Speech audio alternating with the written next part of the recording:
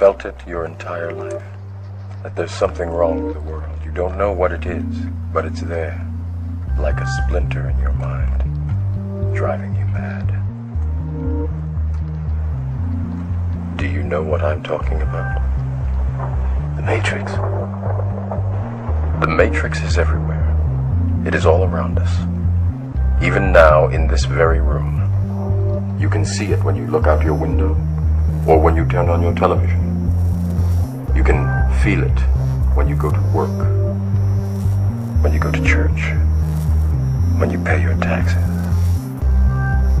It is the world that has been pulled over your eyes to blind you from the truth. What truth? That you are a slave, Neo. Like everyone else, you were born into bondage, born into a prison that you cannot smell or taste or touch. A prison for your mind.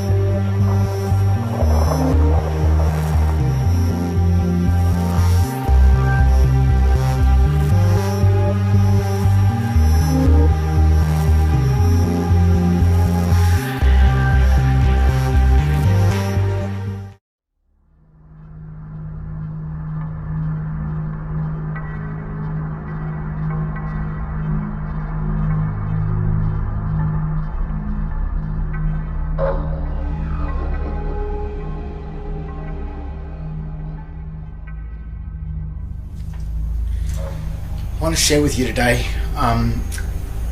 some information that I found on an old documentary about that was probably filmed over 20 years ago, and it was Britain's concern about the changeover from British law and surrendering their sovereignty to the UN, or the EU, the European Union, and the United Nations, because they were concerned about going from British law, which was the Magna Carta, over into Roman, the rule of law, Roman law, which is really a Babylonian law called the Corpus Juris.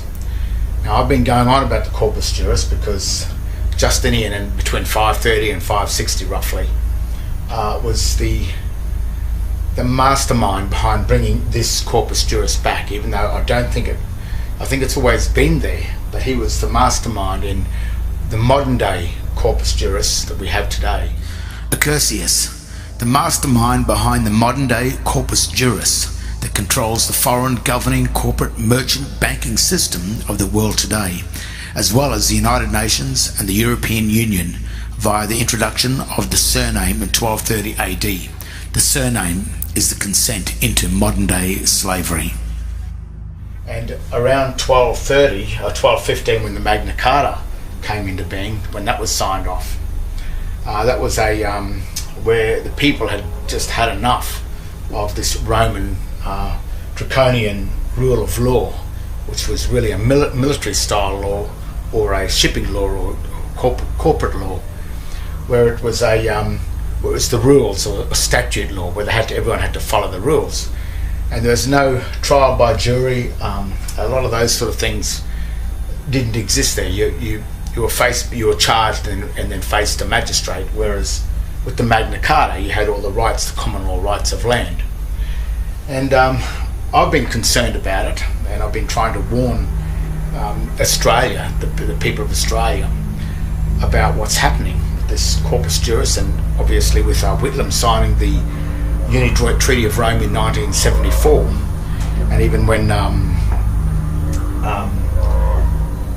President Kennedy refused to sign the Unidroit Treaty of Rome in 1963,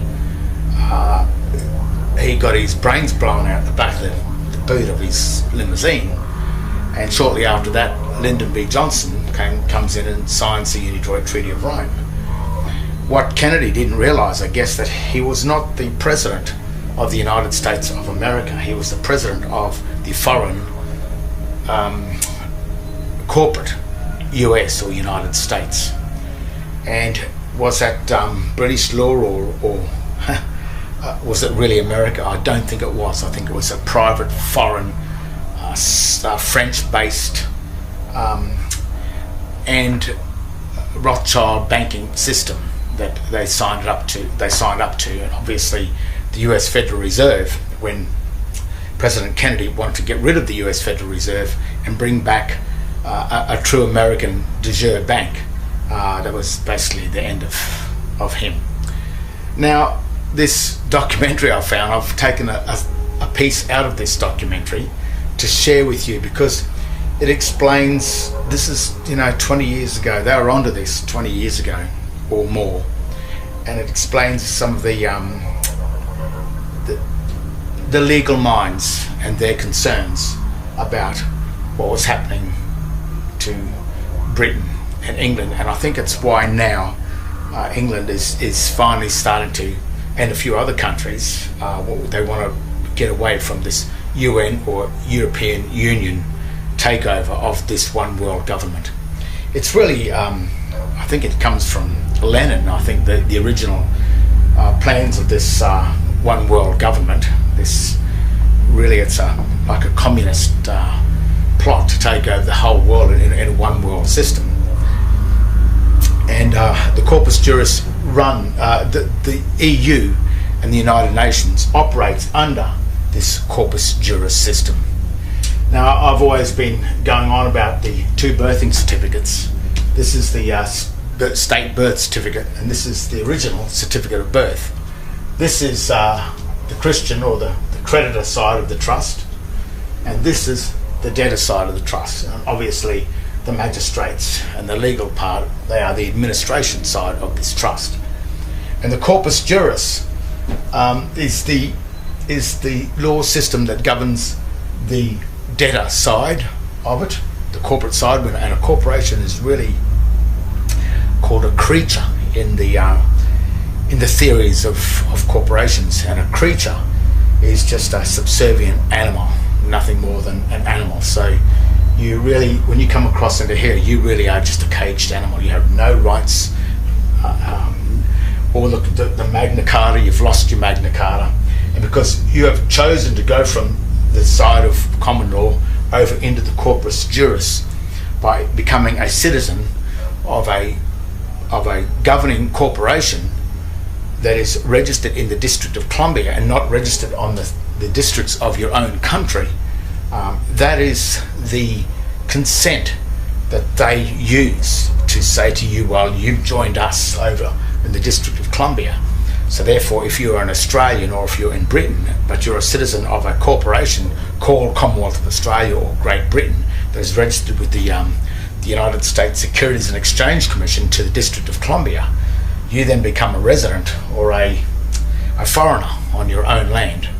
And once you're a foreigner, you need a license to do everything. You have no rights on that land. And the very fact, even though you say, no, I was born on this land, but it makes no difference because of your legal standing. You've gone from the Magna Carta and you've entered into the corpus juris. And all the nations, the United Nations, states, they are just simply the corporate governments of the world. And all corporate governments of the world, they're all registered with the United States Securities and Exchange Commission, the United States, which may be not the United States of America. And the minute you enter that and become a citizen of a corporation registered in the District of Columbia and not the own districts of your own land, you are considered just nothing more than a foreign animal under the laws of the corpus juris, which is the rule of law, which is the old Babylonian Roman law. Whereas the common law, the Magna Carta, is the true English law. You'll notice that the writing on the all uppercase text, that is the language of the corpus juris. The English language here is the language of the Magna Carta, which is proper English. And that's why they fool you, because such as the Commonwealth of Australia written in proper, as a proper capitalised text with the first letter capitalised and the rest is lowercase, that's a proper noun, a proper name. But when that name appears in all uppercase text, such as the Commonwealth of Australia, that's the one registered. As you can see here, that's the one registered with the District of Columbia in the United States, Washington DC, going from the Magna Carta into the corpus juris. So have a look at this old clip, and it's very interesting, and the concerns, this is many years ago, of what's happening in the world finally today, and maybe today some of us are starting to wake up.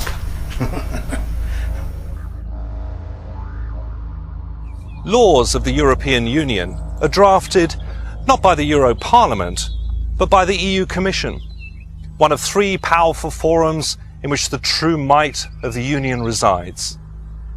Members of these forums are not elected to their positions, nor, we are told, will they ever be. When cornered, politicians and public servants routinely tell the British that the EU is just a trading partnership. Yet, underneath the surface, a different picture has emerged.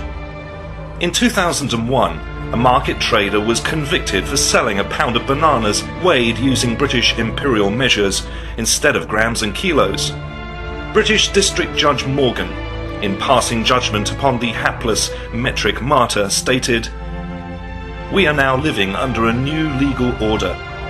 The 1972 European Communities Act was a one-off, not an ordinary treaty, but a new way of life. These are new constitutional powers. The British Parliament surrendered its sovereignty in 1972. European laws have overriding force with priority over our British laws. The articles on the supremacy of the British Parliament are now only of historical perspective. They are non-binding." We asked constitutional expert John Bingley whether our politicians were entitled to abandon the rule of law by handing over the powers of British governments to a foreign power. The answer is simple: no. We have much written constitution which is not really fully appreciated in this country.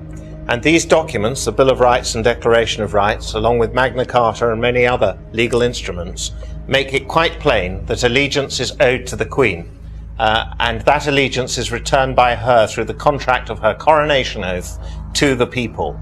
And that is not something which may be broken, and our politicians are not entitled to break their oaths of office.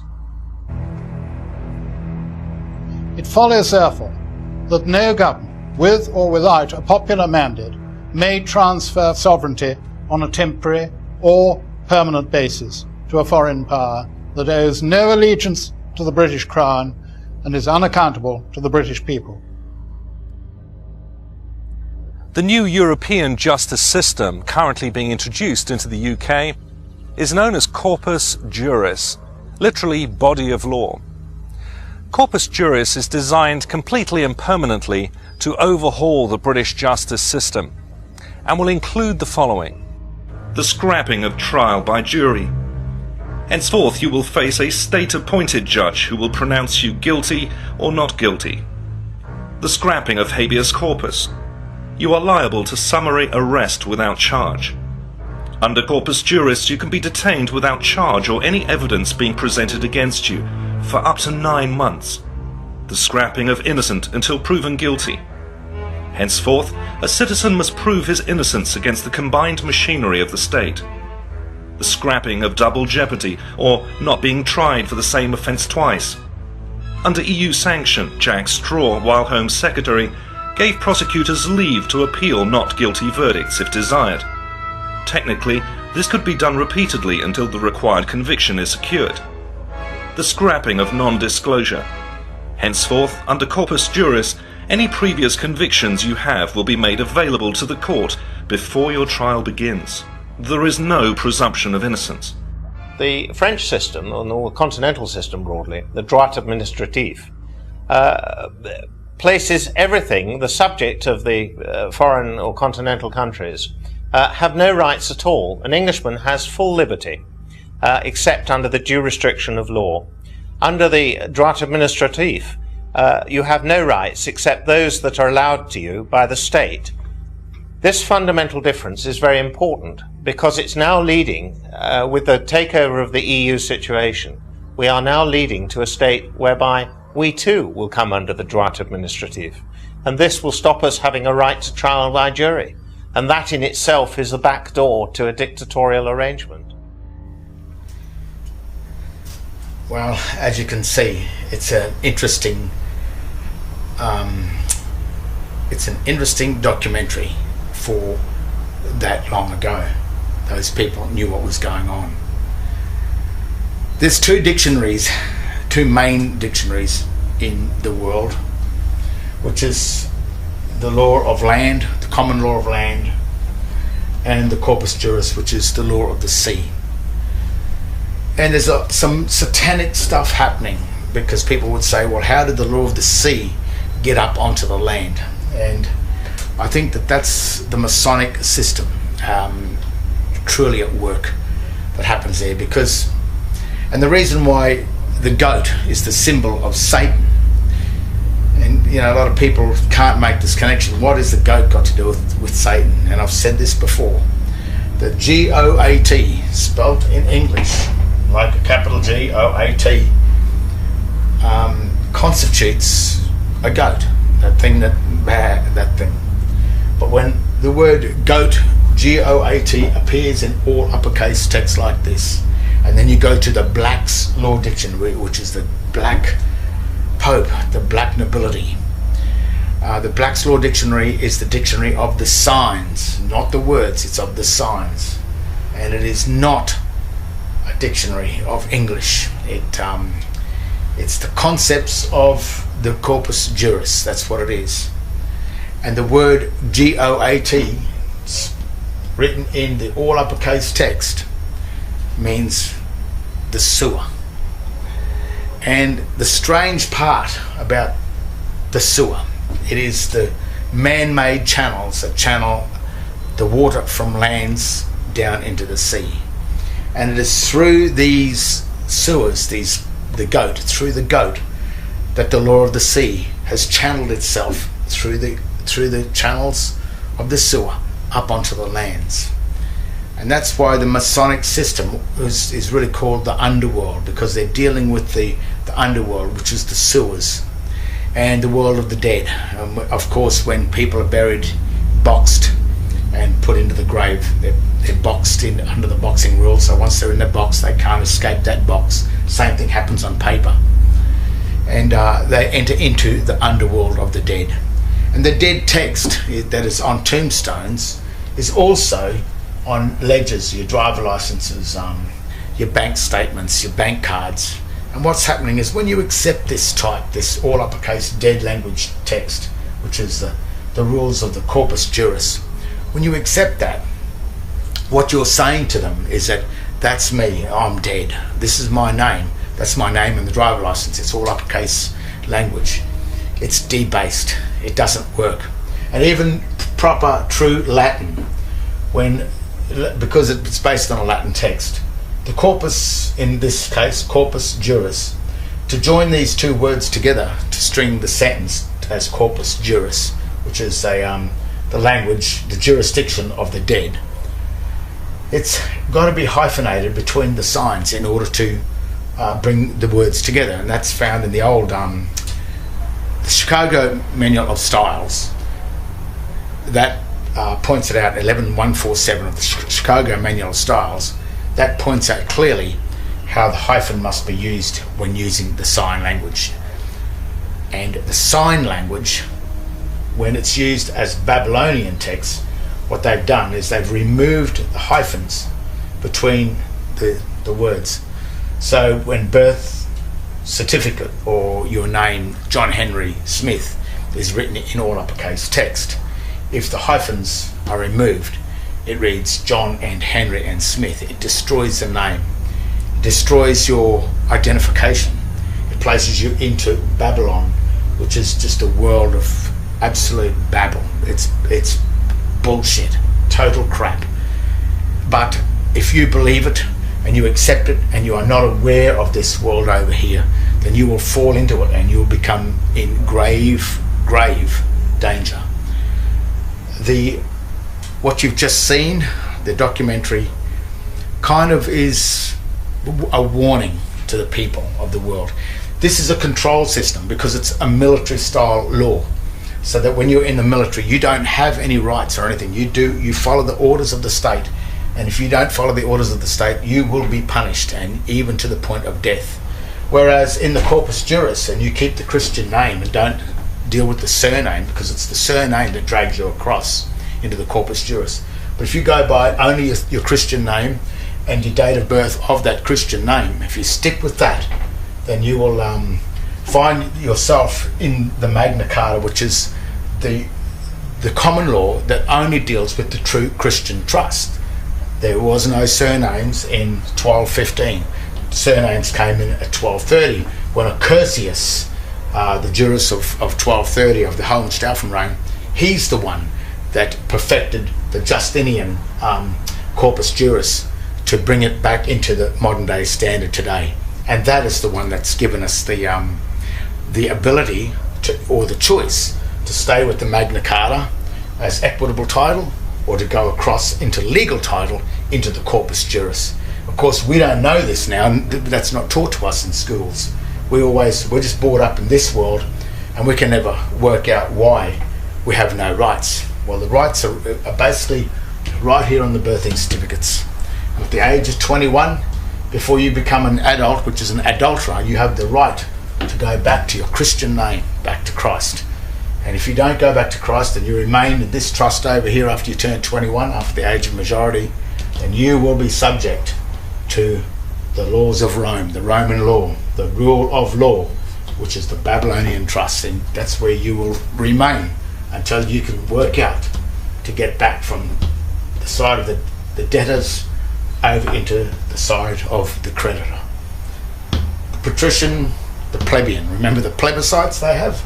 And who votes in the plebiscite? The plebs. So if you're voting in a plebiscite, then you're a pleb. So that's a quick rundown of just sort of the dangers of the Corpus Juris and the concerns that not only just I had, but these concerns were raised 20 years ago before I even had any idea of what was going on. It's only now that I've been studying and searching, I'm starting to find this from other people. But just hope you enjoyed that, and to get your head around the parallel universe, the two parallels that we do. A lot of people say, there's another hidden account. Yes, there is. This is the account of the debtor, and over here is the account of the creditor.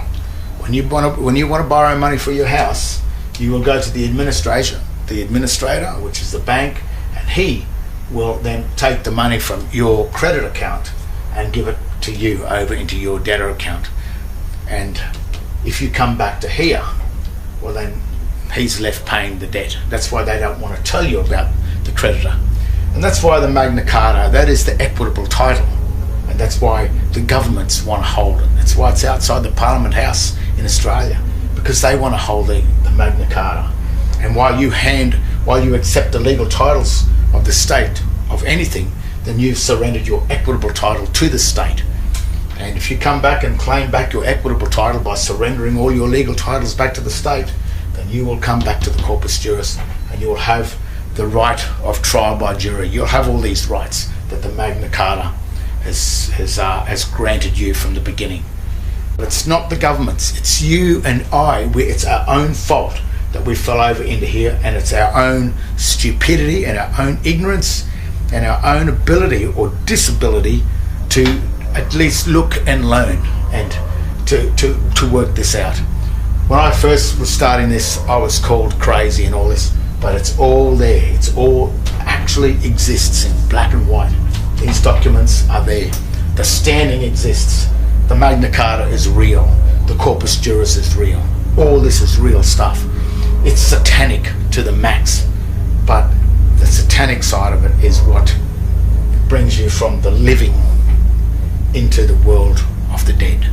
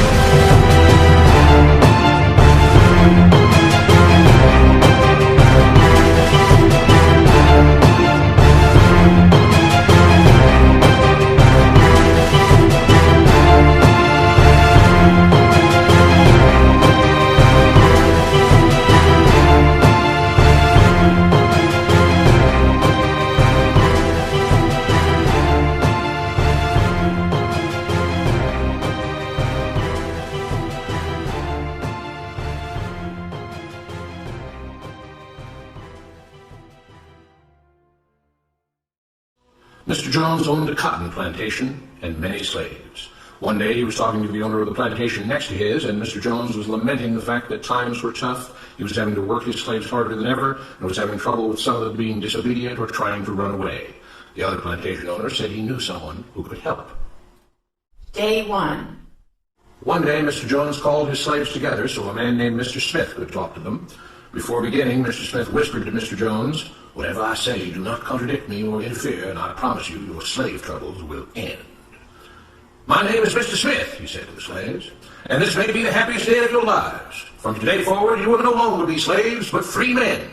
Mr. Jones was so shocked he started to step forward, but Mr. Smith gestured for him to remain silent. He did, only because the other plantation owner had spoken so highly of Mr. Smith's skills. "You are no longer the property of Mr. Jones," Mr. Smith continued. "You are free. No more will you be forced to labor for the benefit of Mr. Jones. Now you can work for yourselves." Now the slaves were all murmuring and looking at each other. Many were smiling, many were looking puzzled. "In fact, you are now free to leave the plantation whenever you want," Mr. Smith said. "However, since we are surrounded by other plantations, if you leave, some other plantation owner will likely claim you as his own the moment you set foot on his property. So I urge you not to risk your newfound freedom by doing something so foolish.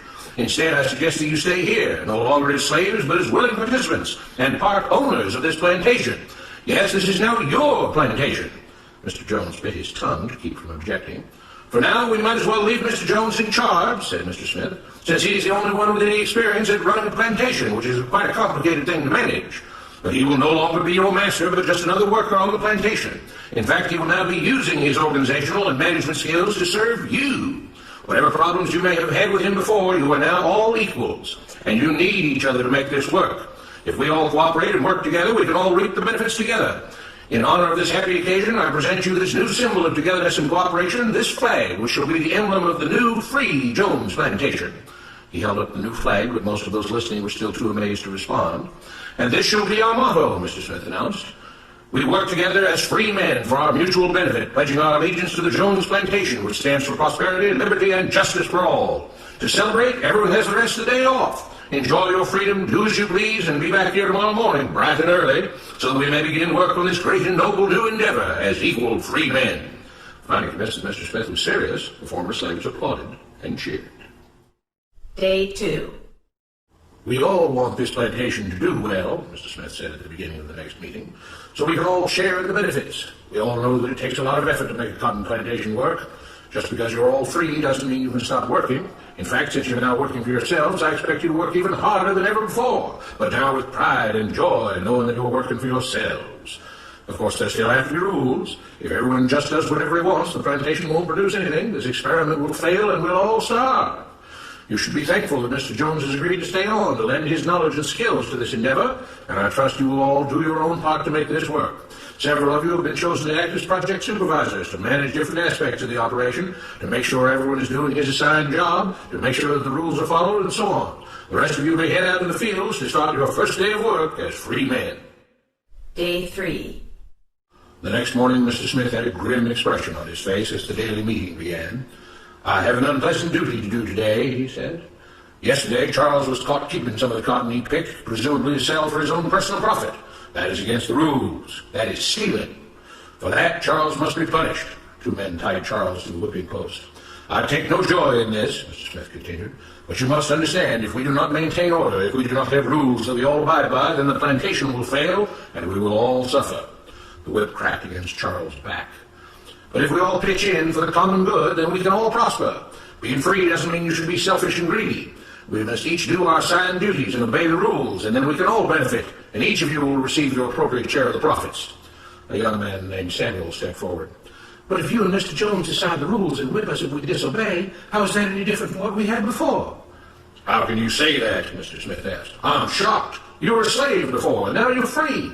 Things still need to be managed and organized by those best qualified to do so. Do you know how to run a plantation, Samuel?" "Well, no," he answered. "But if we're free, why do we get no say in what the rules are and how things work?" "I'm surprised at your ingratitude," Mr. Smith answered. "None of you know how a plantation is run, so you're in no position to be making decisions about how things are done here. You don't seem to appreciate all the things that Mr. Jones provides for you, from protecting you from all the outside threats you know nothing about, those who would come here, capture and enslave you if not for Mr. Jones' protection, to making sure that you all have food and housing, tools to work with, you're cared for when sick and injured, and so on. There wouldn't be a plantation at all. No cotton to pick, no land to plant and harvest if not for him. You should be grateful that he's made possible the level of comfort you now have. Your lives would be far worse if not for him.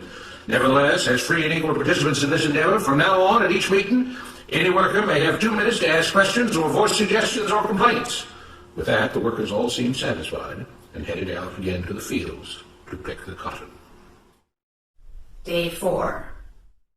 I have a big announcement, Mr. Smith said as the daily meeting began.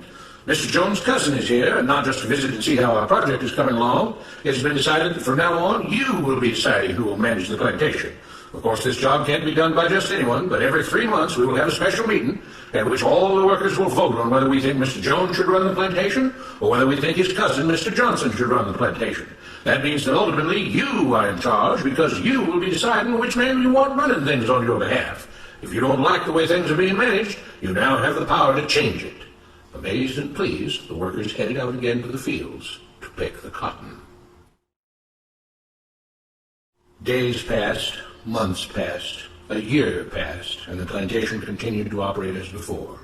Sometimes Mr. Jones was in charge, sometimes Mr. Johnson was in charge, but the day-to-day routine stayed exactly the same. The workers worked hard, long hours every day, and still had little to show for it. Every day the meeting would begin with them all reciting the Jones Plantation motto, "We work together as free men for our mutual benefit, pledging our allegiance to the Jones Plantation, which stands for prosperity, liberty, and justice for all."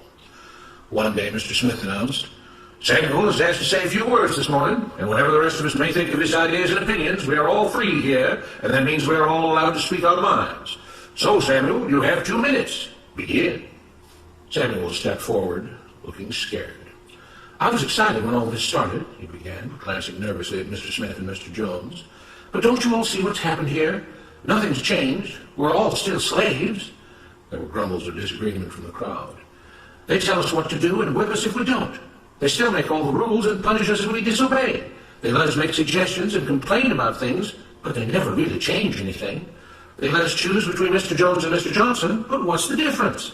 The situation stays the same. We do all the work and they take as much as they want and decide how much they'll let us keep. They live in luxury, made rich by the cotton we pick. We do all the work and have to build our own huts, grow our own food, and take care of ourselves. They leave us just enough that we don't revolt or run away. This is not freedom. We're all still slaves. They've only changed the words they use, but nothing else has changed. They say we're all free and equal, but we're not. They command and we obey. That's not freedom. That's not equality. They say we're free to leave, but all that means is that we're free to be someone else's slave. Why should we work or obey the rules? We didn't agree to this. They made the system. They forced it on us. They control and rob us and call it freedom. They've deceived you into thinking that being able to choose which slave master you'll work for is the same as being free. It's not. Open your eyes. If you keep what you produce, they call it stealing. When they take what you produce, they call it sharing and fair distribution. Can't you see that this is all your time? He's up, Samuel, Mr. Smith announced calmly. At his gesture, 2 supervisors grabbed Samuel by the arms and led him to the whipping post. "I'm sorry, Samuel, but you've broken the rules. There are rules against encouraging others not to work and encouraging others to break the rules. You're only hurting all of us with your discontentment and your complaining and your disobedience." The whip fell and Samuel let out a grunt. "Without rules, without order, all would be lost. Without law, there would be chaos. We can't just behave as wild animals, each doing whatever he pleases. We must all follow the plan and all do our duty for the betterment of everyone. And those who do not must be punished." The whip fell again and blood flowed freely from Samuel's back.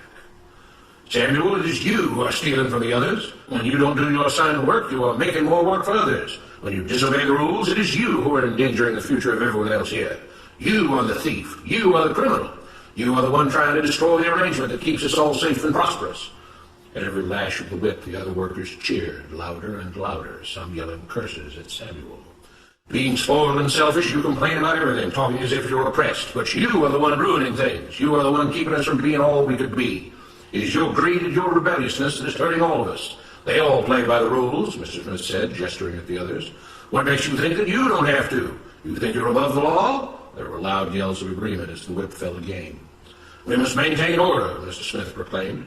"To make this plantation great, to make it so that we can all be happy and prosperous, to have the society we want, there have to be rules. We all have to contribute our fair share to this great endeavor, and we cannot tolerate actions and attitudes that seek to undermine the amazing things that together as free men we have achieved and will continue to achieve. Mr. Jones was smiling as he gave Mr. Smith a pat on the back. The crowd was cheering so loudly that none of them had noticed that Samuel had died.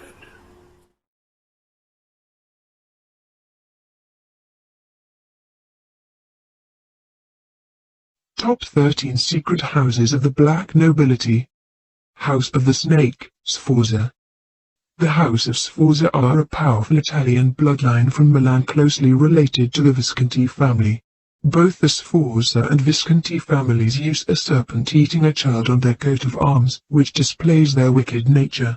The character of Hannibal Lecter is supposed to be a descendant of the Sforza family.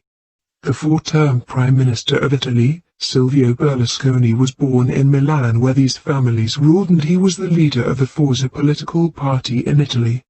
Both Sforza and Forza mean force.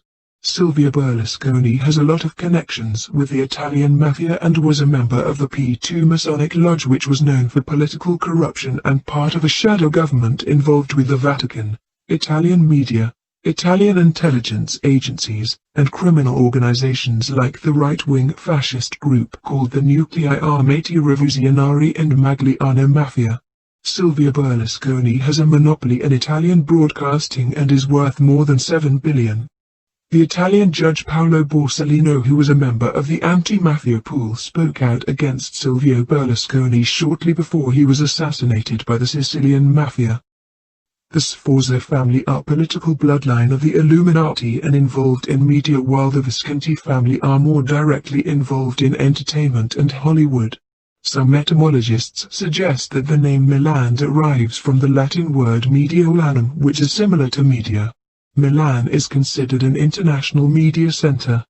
Princess Beatrice Borromeo is a reporter who has worked with Newsweek and the Daily Beast and went to the University of Milan, just as Milan is connected with the media. Princess Beatrice has Sforza ancestry through intermarriage between the Sforza and Borromeo families. Luchino Visconti was a theater, opera, and cinema director, and he also worked with some American actors. Although no direct ties with the Visconti family, Tony Visconti is a record producer who has worked with the Beatles and with David Bowie. The Teatro dell'Opera di Roma was designed by Achille Sfondrini from Milan. Sfondrini similar to Sforza, and he was from Milan. These families have a portion of oversight in Hollywood and the media from Rome and through its extensive power in society. The Savoy Genovese crime family. Vittorio Emanuele IV is the Prince of Naples and has a residence in Geneva, Switzerland. The Savoy family governed Geneva for a period of time in service to the Vatican. The Genovese crime family take their name from Vito Genovese, who was born in a Naples commune just as Vittorio is the Prince of Naples. Genovese is a surname for someone from Genoa, Italy, or from Geneva, Switzerland. Genoa or Genova in Italian is the same word as Geneva is Swiss. Prince Vittorio is married to Princess Marina Doria, who was born in Switzerland. The Doria family were one of the most powerful banking families in Genoa for centuries. The Savoy family put the fascist dictator Benito Mussolini in power, who established the Vatican as a sovereign nation through the Lateran Treaty of 1929. Prince Vittorio Emanuele IV has numerous criminal charges against him, including murder, association with organized crime, corruption, and exploitation of prostitution. He tends to get off on all his charges, though. Prince Vittorio was also a member of the P2 Masonic Lodge, which was involved with the Vatican, Italian government, Italian media, and organized crime like the Nuclei Armati Rivoluzionari fascist paramilitary group and Banda della Magliano or Magliano Mafia. Prince Vittorio is the hidden owner of the Genovese crime family, which have infiltrated Wall Street and are extorting businessmen in the United States. Donald Trump used the Genovese-owned S&A Concrete to build his condos in Manhattan.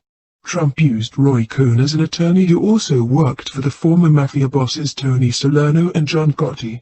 Donald Trump purchased property from the mafia hitman Salvatore Testa to build his casino in Atlantic City.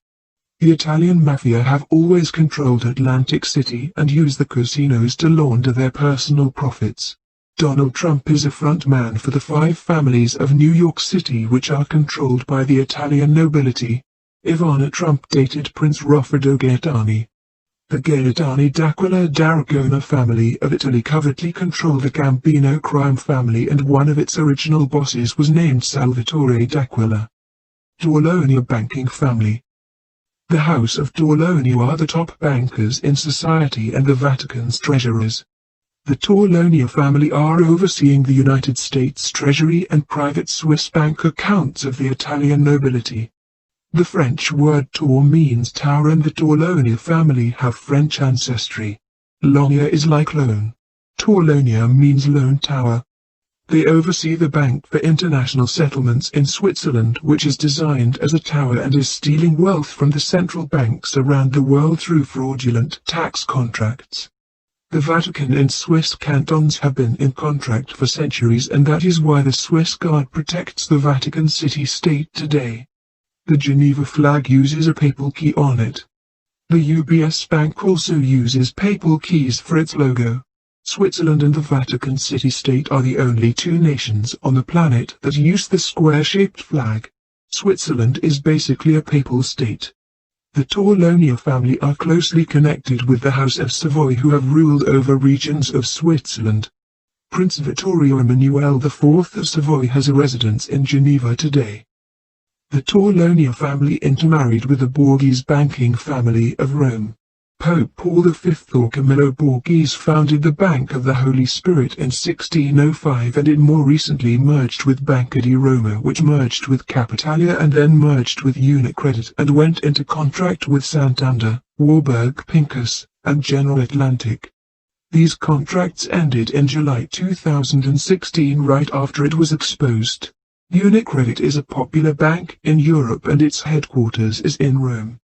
The House of Torlonia is also intermarried with the Gival banking family of France and the royal family of Luxembourg. The Torlonia family were a branch of the Conti-di-Sini family of Italy that moved to France and intermarried with French Alsatian bankers before returning to Italy as the House of Torlonia. They have deep connections with French bankers and recently married into the royal family of Luxembourg. The Borghese family have a dragon on their coat of arms and they live in Rome. Drago, similar to Draghi, is the Italian word for dragon. Mario Draghi was born in Rome, was Jesuit educated from the Massimiliano Massimo Institute, and he is one of the most powerful bankers in society as president of the European Central Bank. Mario Draghi is also on the board of directors for the Bank for International Settlements and a member of the Group of 30.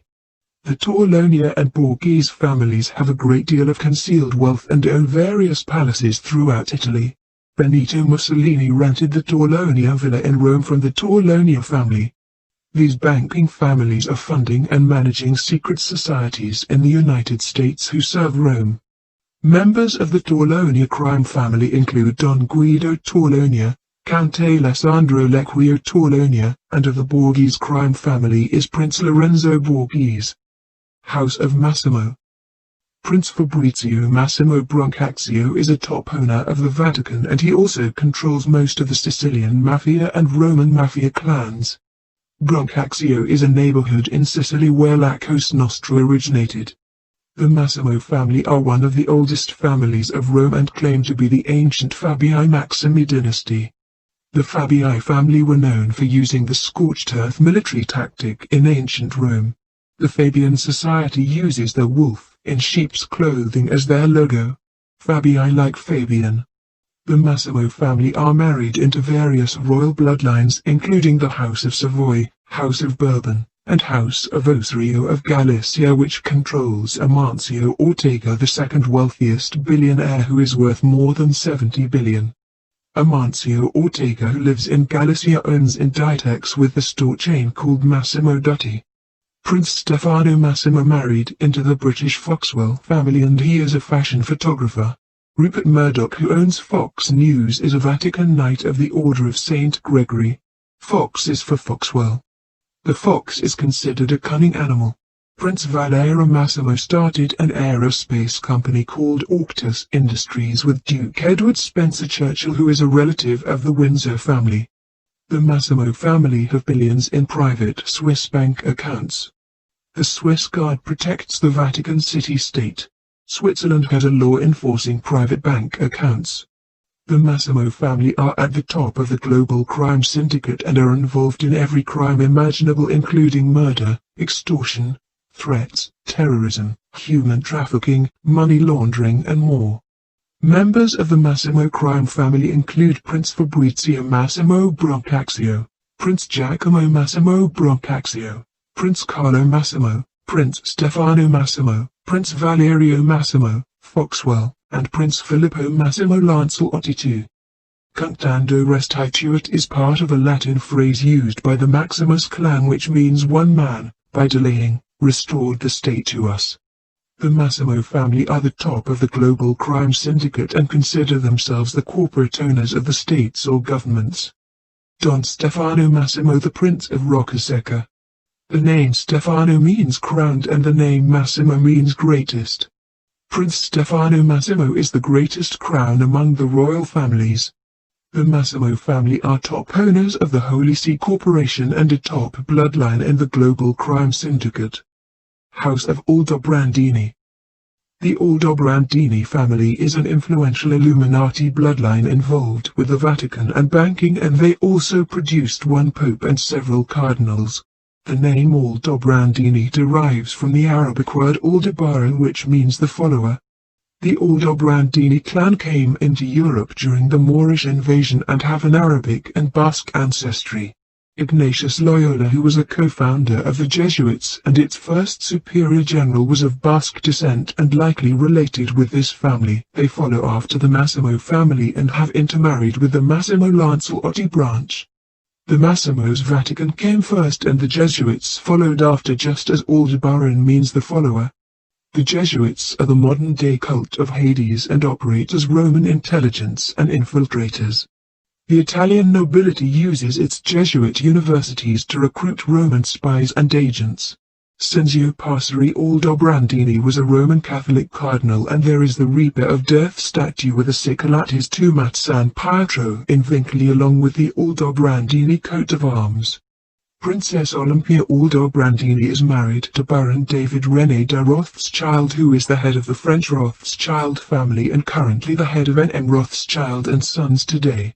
In Judaism, the Jewish lineage is passed down from the mother, so it should be a Roman Catholic Rothschild Aldobrandini that inherits the Rothschild bank. The Aldobrandini also merged a family branch with the Borghese banking family, who created the Bank of the Holy Spirit in 1605, which eventually merged into UniCredit. The Aldobrandini crime family are involved with pedophilia, satanic ritual abuse, human sacrifice, murder, conspiring against foreign governments and terrorism.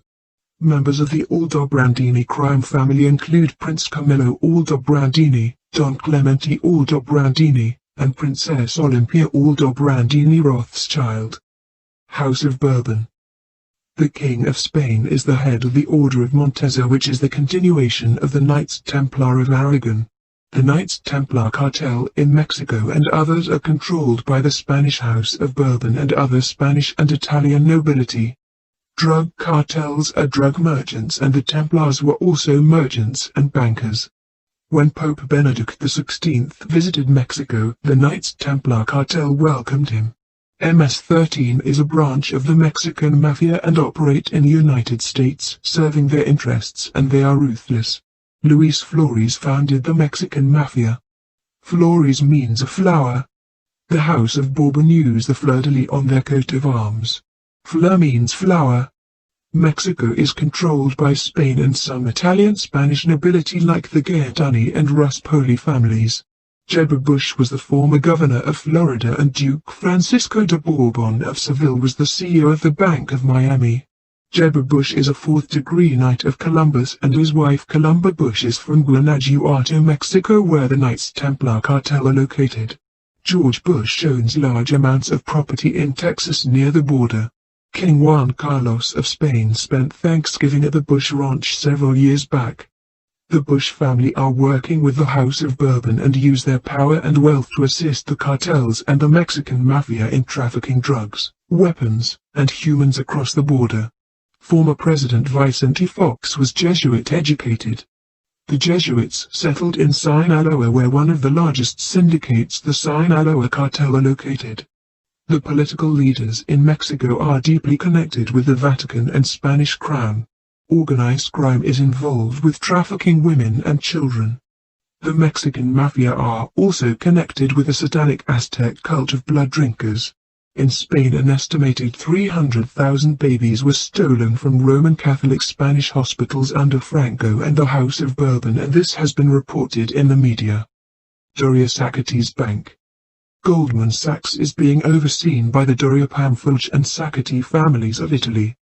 The Doria name derives from Doria and Oro or Do, which are Italian words for gold. The Doria family started out as a banking family from Genoa.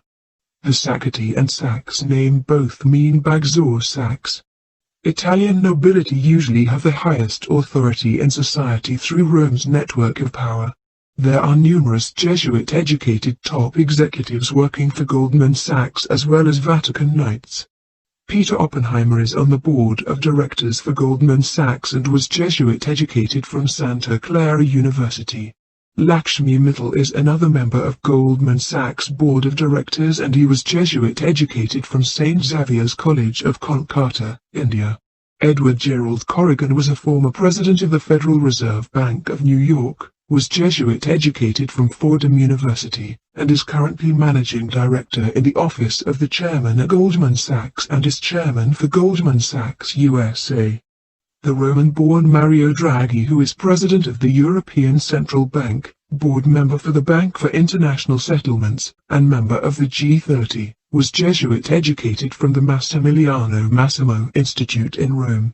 Mario Draghi previously worked as vice chairman and the managing director of Goldman Sachs International. Peter Sutherland is a Vatican Knight of the Order of St. Gregory, Jesuit-educated from Gonzaga College, Bilderberg member, former director for the Royal Bank of Scotland, and director of the GIT, and he worked as non-executive chairman of Goldman Sachs International. Jeffrey Boise is a Roman Knight of Malta, Jesuit-educated from Boston College, member of the Trilateral Commission, trustee for the Papal Foundation, and worked as a top executive for Goldman Sachs for decades as well as J.P. Morgan and Freddie Mac.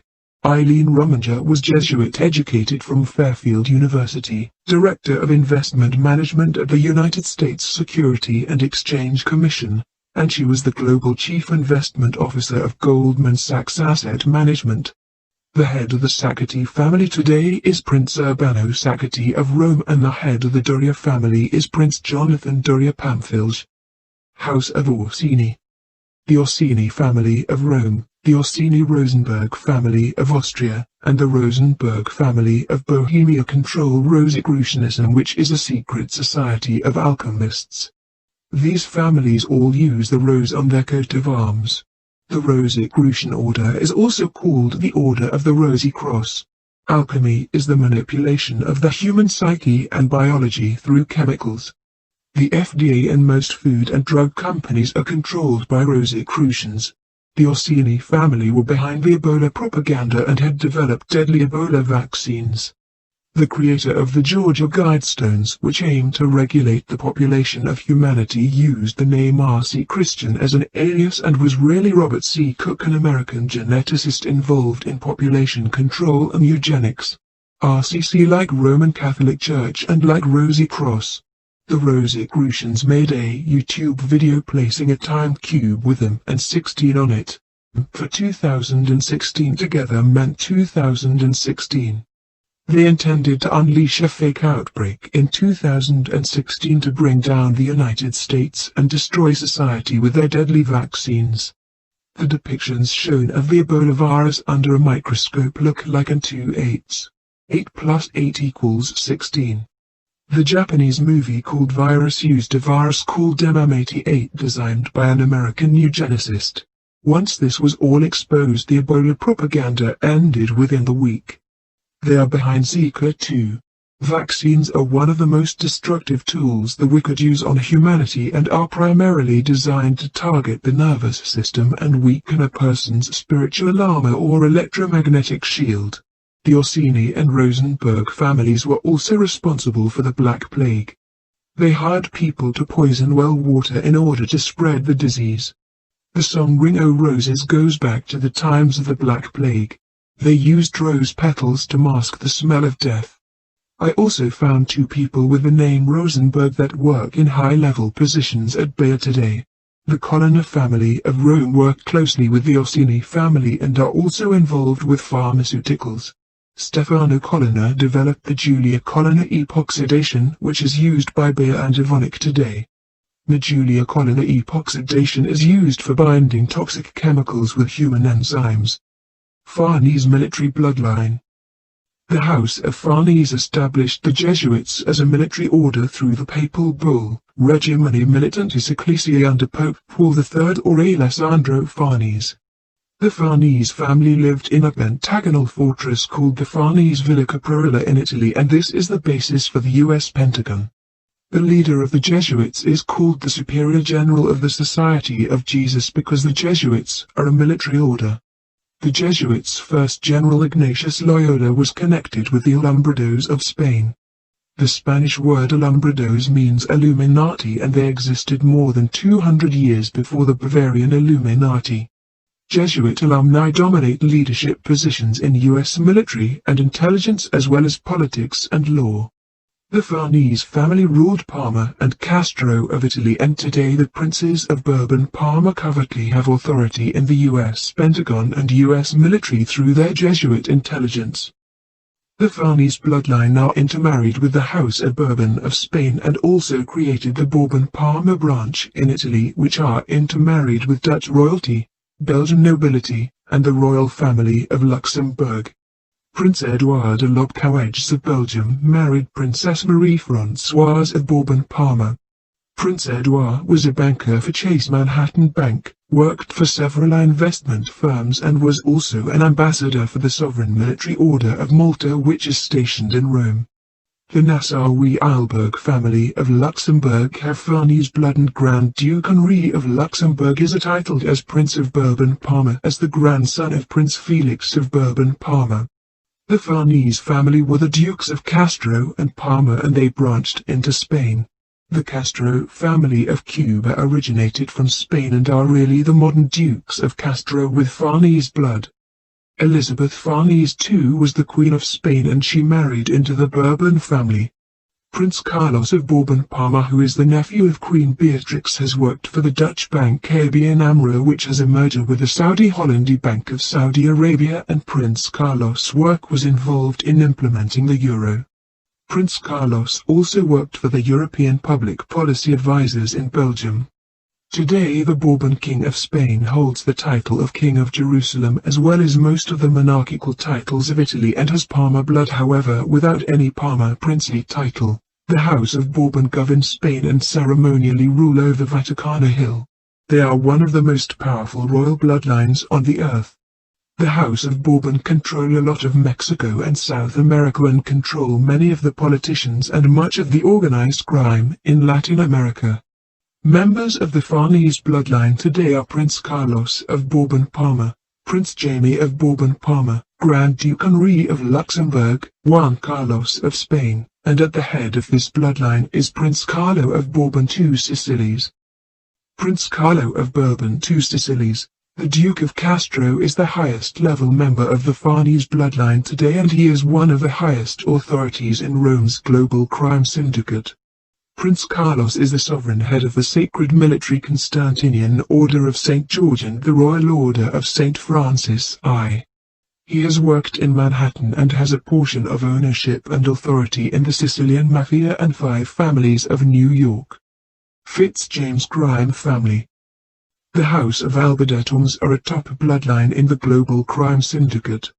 Alba really refers to their true origins in Auburn Hills, making them relatives of the Colonna family which ruled that region. Doña Maria Alvarez de Toledo of the House of Alba married Diego Colon, the son of Christopher Columbus. Christopher Columbus was really a colonist, and that is why the Columbus name often gets translated to colon. Colonist and Columbus both mean column. The city of Alberta-Toms is located in Salamanca province, which uses columns on its flag just as the House of Colonna use a column on their coat of arms. The Alban clans likely settled in Salamanca during Pope Alexander III's reign around 1175 when they built Roman cathedrals. They evolved the name Alba to Alva, creating the name Alvarez, which is a popular Spanish name. The House of Alba are intermarried with the Scottish House of Stuart and their cadet branch the House of Fitzjames. This makes them related to the House of Windsor and House of Spencer through their Scottish lineage, and that is why they often use the name Stuart, like Don Carlos Fitzjames Stuart. They are related to the Colonna family, who have a portion of ownership over the Holy See, and the Fitzjames Alba family are dukes in Spain under the House of Bourbon. All of these connections make them very high level.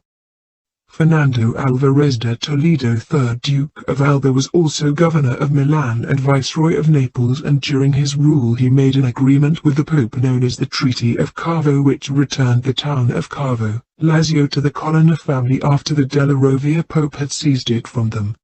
The House of Alba-de-Toms is covertly serving the Colonna family even as dukes in Spain.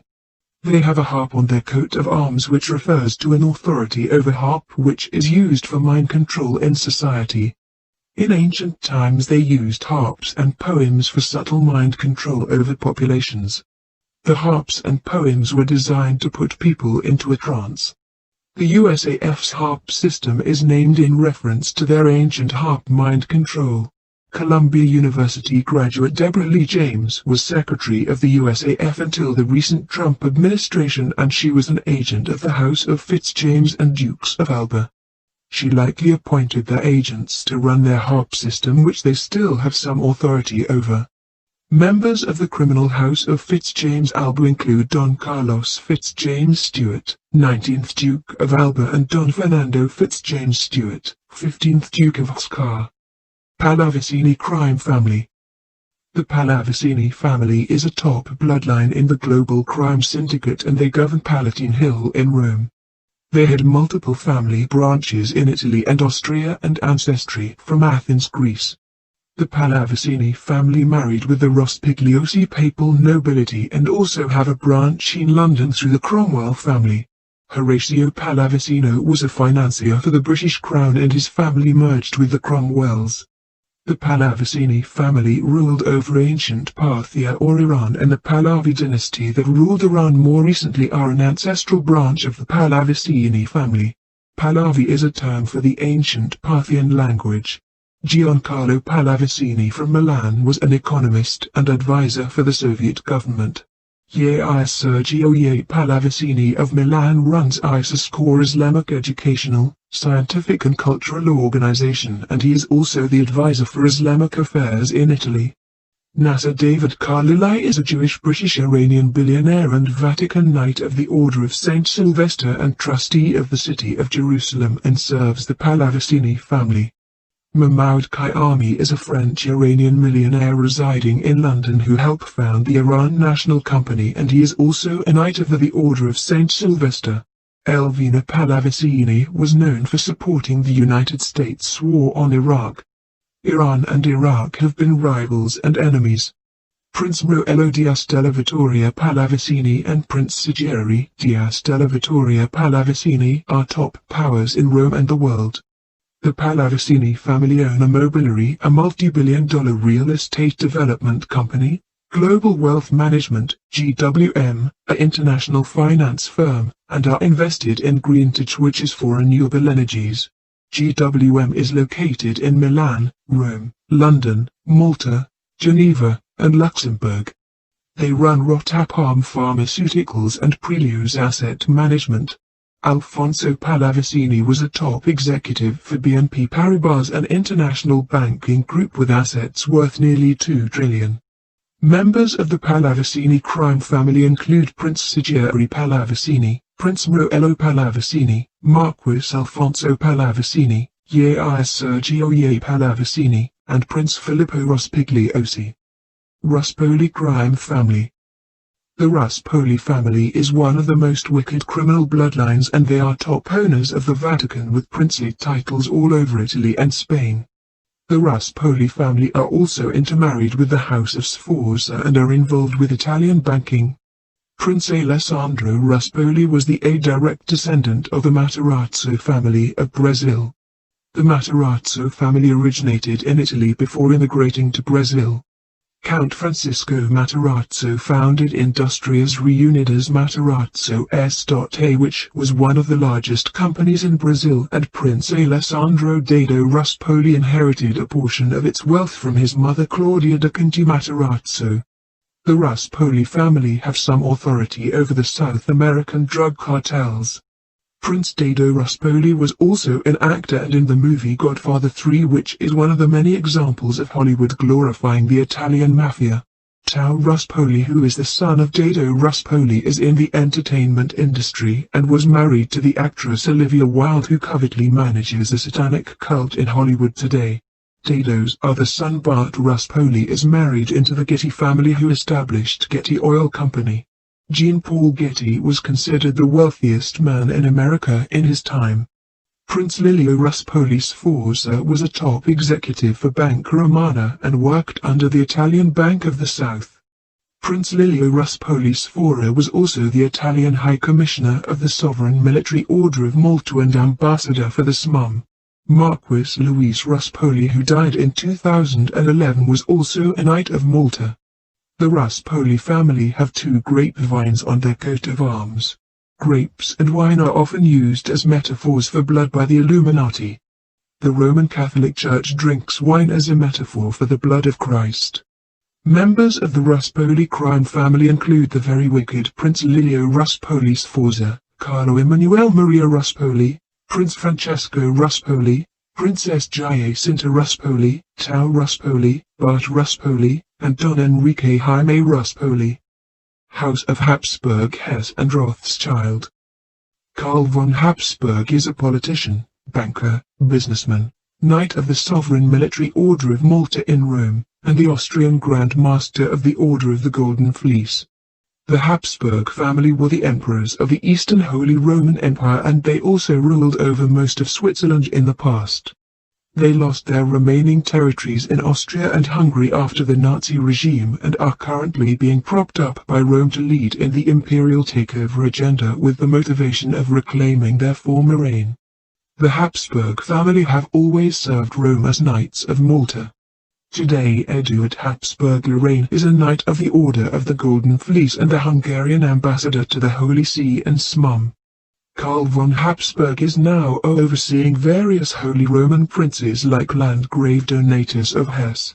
The name Hesse has etymological connections with Hest, which means in English to command and in Greek means horse. The House of Hesse are imperial equestrians or knights that command armies and paid soldiers even to this day. Hessians were German mercenary soldiers that served the British Crown and even fought in the American Revolution on the side of the British. The Order of the Golden Fleece takes its name from Greek mythology. The Golden Fleece was a prize of kingship offered to Jason and other false heroes to fight for their interests. The term man on the white horse refers to false heroes who seek fame and fortune. Alex Jones is a primary example of this, as he pretends to be opposed to corruption while he works for them for money and fame. Shilling was the name of Austrian currency until the euro, and this is where the term shill comes from. Shills like Alex Jones of InfoWars and Luke Rudkowski of We Are Change are on the payrolls of Austrian princes.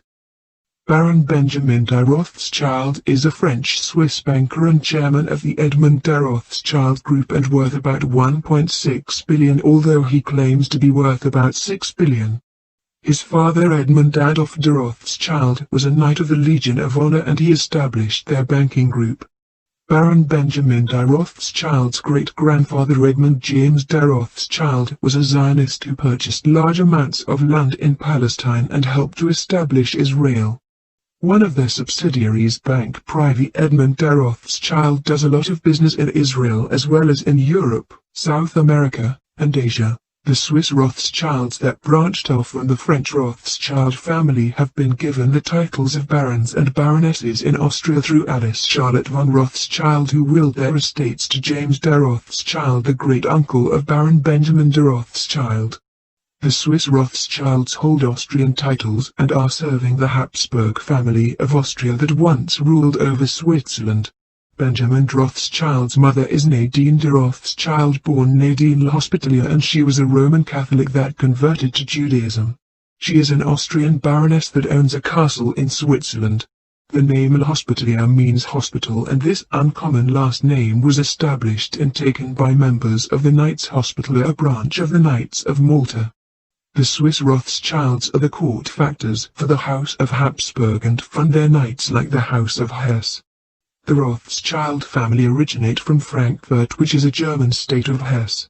The House of Habsburg have often used Jewish court factors throughout history, like Jacob Basavi von Trauenberg, Joachim Edler von Popper, and Israel Edler von Königsberg.